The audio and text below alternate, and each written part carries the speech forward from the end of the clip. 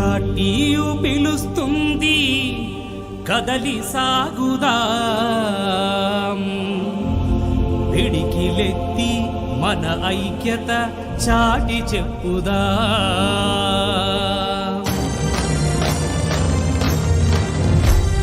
PRTU పిలుస్తుంది కదలి సాగుదాం, పిడికిలెత్తి మన ఐక్యత చాటి చెప్పుదాం. పిఆర్టీయు పిలుస్తుంది కదలి సాగుదాం, పిడికిలెత్తి మన ఐక్యత చాటి చెప్పుదాం. గర్జించే సింహంలా కలిగిన నైజం, గర్జించే సింహంలా కలిగిన నైజం, ఉపాధ్యాయ మిత్రులకు చూపెను ధైర్యం. పిఆర్టీయు పిలుస్తుంది కదలి సాగుదాం, పిడికిలెత్తి మన ఐక్యత చాటి చెప్పుదా.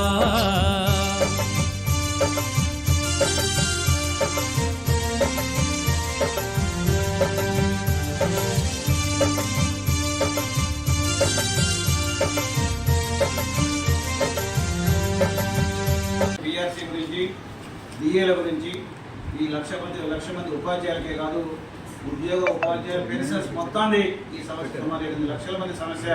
దీనికోసం జేఏసీ ఏర్పాటు చేసి ప్రభుత్వానికి కూడా అల్టిమేట్ ఇవ్వడం జరిగింది.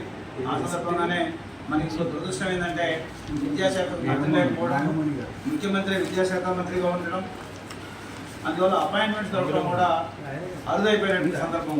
అయినప్పటికీ ముఖ్యమంత్రి గారితో మాట్లాడితే మన డిసెంబర్ 2వ తారీఖు, మన జూన్ 2వ తారీఖు నాటికే పిఆర్సీ నివేదిక తెప్పించుకొని అమలు చేస్తాను అనేవి కాకమ్మ కంప్లైంట్. డిఏలు గతి లేదు. ఒకే పిఆర్సీ డిఏలు అడుగుతుంటే టీచర్లకు మధ్యాహ్న భోజనం పెడతారంటే క్యాబినెట్ ఆమోదం తీసుకుంటారు. ఎవరు అడిగాడు మధ్యాహ్న భోజనం?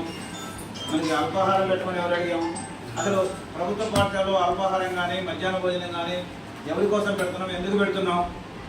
మన పాఠశాలకు వచ్చేది పేద బడుగు బలహీన వర్గాల పిల్లలు, వాళ్ళకు పౌష్టికాహారం అందక అనేక ఇబ్బంది పడుతున్నారు అనే ఉద్దేశంతో మధ్యాహ్న భోజన పథకాన్ని ఆనాటి ప్రభుత్వాలు ప్రవేశపెట్టినాయి. ప్రభుత్వాలు మారిన కొద్దీ వాటిని అటు ఇటు మెనూను కొంచెం మార్పు చేసి అమలు చేస్తూ ఉన్నారు. ఒకడు గుడ్డు ఇస్తున్నాడు, ఒక రాగి సంకటి ఇస్తున్నాడు, ఇంకొకరు ఇంకో రకం పెడుతున్నాడు. సంతోషమే పిల్లలకు పెట్టేది, కానీ వాడు ఉపాధ్యాయులకు ఎందుకు పెట్టాలా? ఉపాధ్యాయులు రావాల్సిన పిఆర్సీ అంటే నిన్న ఒకటి పెట్టాడు. పిఆర్సీ అంటే పి అంటే ప్లేట్ అట, ఆర్ అంటే రైస్ అట, సి అంటే కర్రీ అట. చివరికి మన పరిస్థితి అట్టయిపోయింది. డిఏలు ఏమంటే డిఏలు పత్తాలేవు. కాబట్టి ఇలాంటి సందర్భంలో పిఆర్టీయు మిగిలిన సంఘాలు కలిసి ముందుకు పోతూ ఉంది. సరైన సందర్భంలో ప్రభుత్వాన్ని గుణపాఠం చెప్పే ప్రయత్నం చేస్తుంది. అప్పుడు ఉద్యోగ ఉపాధ్యాయ సంఘాలు అన్నింటితో ఐక్య సంఘటన కట్టి కూడా జేఏసీ తరఫున కూడా ప్రభుత్వాన్ని నిలదీసే ప్రయత్నం పిఆర్టీ చేస్తుంది. అది తప్పక తెప్పిస్తుంది. ఇంకా లేటెస్ట్ ఏంటంటే మనకు టెట్ ఒకటి గుదిబండకు మారింది. ముఖ్యంగా టెట్లో కూడా లాంగ్వేజ్ పండిట్స్ టెట్ విషయంలో బాగా ఇబ్బంది పడుతున్నారు. హిందీ ఒక ఎవరన్నా హిందీ టీచర్ని టెట్ రాయమంటే సార్ మా హిందీ కనపడుతుంది, ఏం రాయాలి సార్, సోషల్ ఉంటుంది, సోషల్ అట్లా అంటే 9 ఏళ్ళకి 7కి రన్నింగ్ రేస్ పెట్టినట్టుగా ఉంటుంది. ఎవరికి చెప్తారు మా ఇంట్లో రన్నింగ్ రేస్ అంటే ఎవరికి ఏది పెట్టాలో అది పెట్టాలి తప్ప అందరికీ కామన్ ఒకటే పెట్టడంలో అనేక ఇబ్బందులు వస్తుంది. అయినా గౌరవ ఎమ్మెల్సీ శ్రీపాల్ రెడ్డి గారు ఆయన గెలుపులో కూడా మీ అందరి భాగస్వామ్యం ఉంది. అందరు పిఆర్సీ సభ్యులు అయినా కాకపోయినా మీరు ఒకటో